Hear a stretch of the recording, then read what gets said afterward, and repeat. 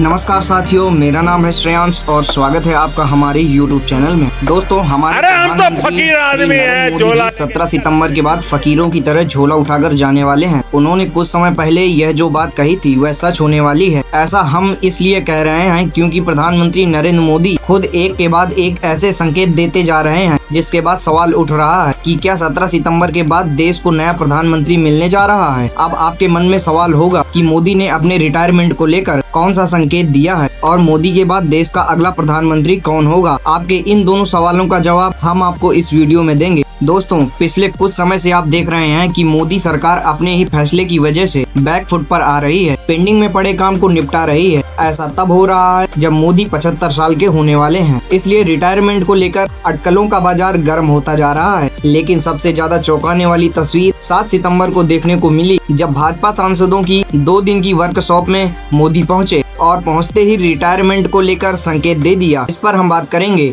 लेकिन उससे पहले 17 सितंबर से पहले अधूरे काम को मोदी जल्दी क्यों निपटा रहे हैं, इस पर आते हैं। दोस्तों, 9 साल से जीएसटी की दरें कम नहीं की गयी, लेकिन अब अचानक से जीएसटी कम कर दी गई। पहले जीएसटी में 4 स्लैब थे, मगर अब 2 कर दिए गए, 5% और 18%, जबकि राहुल गांधी तो शुरू से 2 स्लैब की बात कर रहे थे। दूसरी बात मणिपुर दौरे की कर लेते हैं, जो मणिपुर में पिछले 2-2.5 साल से हिंसा की आग में झुलस रहा है, लेकिन मोदी जी ने मणिपुर की तरफ झांक कर नहीं देखा। विपक्ष सवाल उठाता रहा, पार्लियामेंट ठप रही, हंगामा होता रहा, सड़क पर प्रदर्शन होते रहे। विपक्ष विदेश यात्रा पर रहने वाले मोदी जी से बार बार कह रहा था कि एक बार मणिपुर जाइए, वहाँ की जनता से बात कीजिए, उनका दर्द सुनिए, लेकिन न मोदी जी गए और न ही मणिपुर पर एक शब्द बोला। अब आखिरकार उसी मणिपुर का मोदी दौरा करने जा रहे हैं। खबर है कि मोदी 17 सितंबर को मणिपुर जाने वाले हैं। दोस्तों, यहाँ पर गौर करने वाली बात यह है कि 17 सितंबर से 4 दिन पहले जा रहे हैं। इसके अलावा दोस्तों, पिछले कुछ महीनों से मोदी धीरे धीरे अपना कामकाज ट्रांसफर कर रहे हैं। उनका लगभग काम अमित शाह देख रहे हैं। राज्यसभा में ऑपरेशन सिंदूर पर मोदी को जवाब देना था, लेकिन जवाब अमित शाह ने दिया, जबकि अधिकार मोदी का है। हर कोई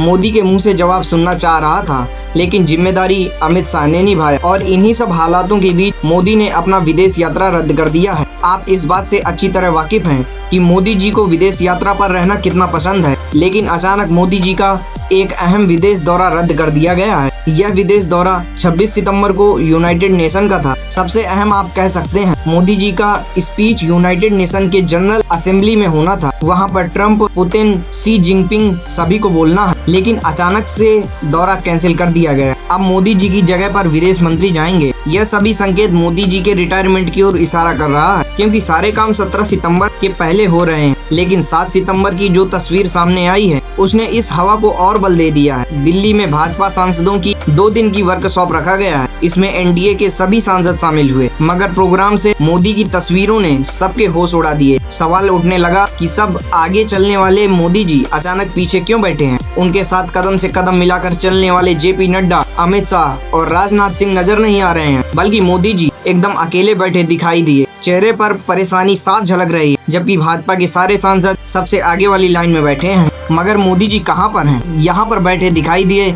इस तस्वीर को नरेंद्र मोदी जी के ट्विटर अकाउंट से शेयर किया गया है, तो आप खुद ही सोचिए कि कितनी चौंकाने वाली तस्वीर है। अब इसका क्या मतलब निकाला जाए? आज से पहले कभी भी ऐसी तस्वीर देखने को नहीं मिली। अगर किसी प्रोग्राम में मोदी जी गए हैं तो सबसे आगे नजर आए हैं, लेकिन पिछले 11 सालों में ऐसा पहली बार हुआ है, जो इशारा कर रहा है कि भाजपा के अंदर खाने में कुछ तो खिचड़ी पक रही है, कुछ तो बड़ा होने वाला है। अभी 2 दिन पहले प्रधानमंत्री नरेंद्र मोदी और राष्ट्रपति की मुलाकात हुई है। इस मुलाकात के भी कई मायने निकाले जा रहे हैं। कई लोग इसे उनके रिटायरमेंट से जोड़कर देख रहे हैं, क्योंकि 17 सितंबर को पीएम मोदी 75 साल के होने वाले हैं। यही टाइम है जिसके चलते आडवाणी, जोशी समेत कई दिग्गजों को मार्गदर्शक मंडल में डाल दिया गया था। इससे सवाल उठ रहा है कि क्या अब नरेंद्र मोदी का नंबर है? मोदी जी मार्गदर्शक मंडल में जाने वाले हैं। हालांकि पीएम मोदी के राष्ट्रपति से मुलाकात चीन में आयोजित एससीओ समिट में शिरकत करने के बाद हुई है। आमतौर पर यह होता है कि जब प्रधानमंत्री किसी भी वैश्विक मंच पर भारत का प्रतिनिधित्व करने पहुंचते हैं, तो वहां से लौटकर राष्ट्रपति को उसके बारे में जानकारी देते हैं। मगर आपको याद होगा, इससे पहले कुछ दिन पहले आरएसएस के प्रमुख मोहन भागवत के एक बयान ने सियासी हलचल पैदा कर दी थी, जब उन्होंने एक कार्यक्रम के दौरान भरे मंच से कहा था कि 75 साल की उम्र में रिटायर हो जाना चाहिए ताकि दूसरों को मौका मिले। हालांकि भाजपा के चाणक्य कहे जाने वाले अमित शाह ने खुलकर साफ कर दिया है कि चाहे कुछ हो जाए 75 साल पूरा होने पर मोदी जी पर कोई असर नहीं पड़ता। मोदी जी की सरकार चलती रहेगी और 75 साल बाद रिटायरमेंट का बीजेपी के संविधान में ऐसा कोई नहीं लिखा है, मतलब कि ऐसा कोई कानून नहीं लिखा हुआ है। यह तो सिर्फ एक जुमला ही था। मोदी रिटायर नहीं होंगे। 2019 का चुनाव भी उन्हीं के नेतृत्व में लड़ा जाएगा। अब दोस्तों, अमित शाह भले ही जो कुछ कहें मोदी के पक्ष में, लेकिन भाजपा में ऐसे कई उदाहरण हैं जब 75 साल बाद नेताओं ने कुर्सी छोड़ी है। चाहे कर्नाटक के कालराज मिश्रा हो, यशवंत सिन्हा हो, या फिर मुरली मनोहर जोशी हो, या फिर मोदी जी के गुरु आडवाणी हो, सबको कुर्सियां छोड़नी पड़ी। तो सवाल है कि जब इन नेताओं ने कुर्सी छोड़ी, रिटायरमेंट ले लिया, तो मोदी क्यों नहीं? क्या मोदी पर यह नियम, यह कानून लागू नहीं होता है? फिलहाल देखने वाली बात होगी कि जिस तरह से संकेत मिल रहे हैं, क्या यह मोदी जी के रिटायरमेंट के संकेत हैं? यह सिर्फ महज संजोग है। आपको क्या लगता है? अपनी राय कमेंट बॉक्स में हमें जरूर बताइएगा। आप सभी अपना और अपनों का ख्याल रखिएगा। नमस्कार, जय हिंद, जय भारत।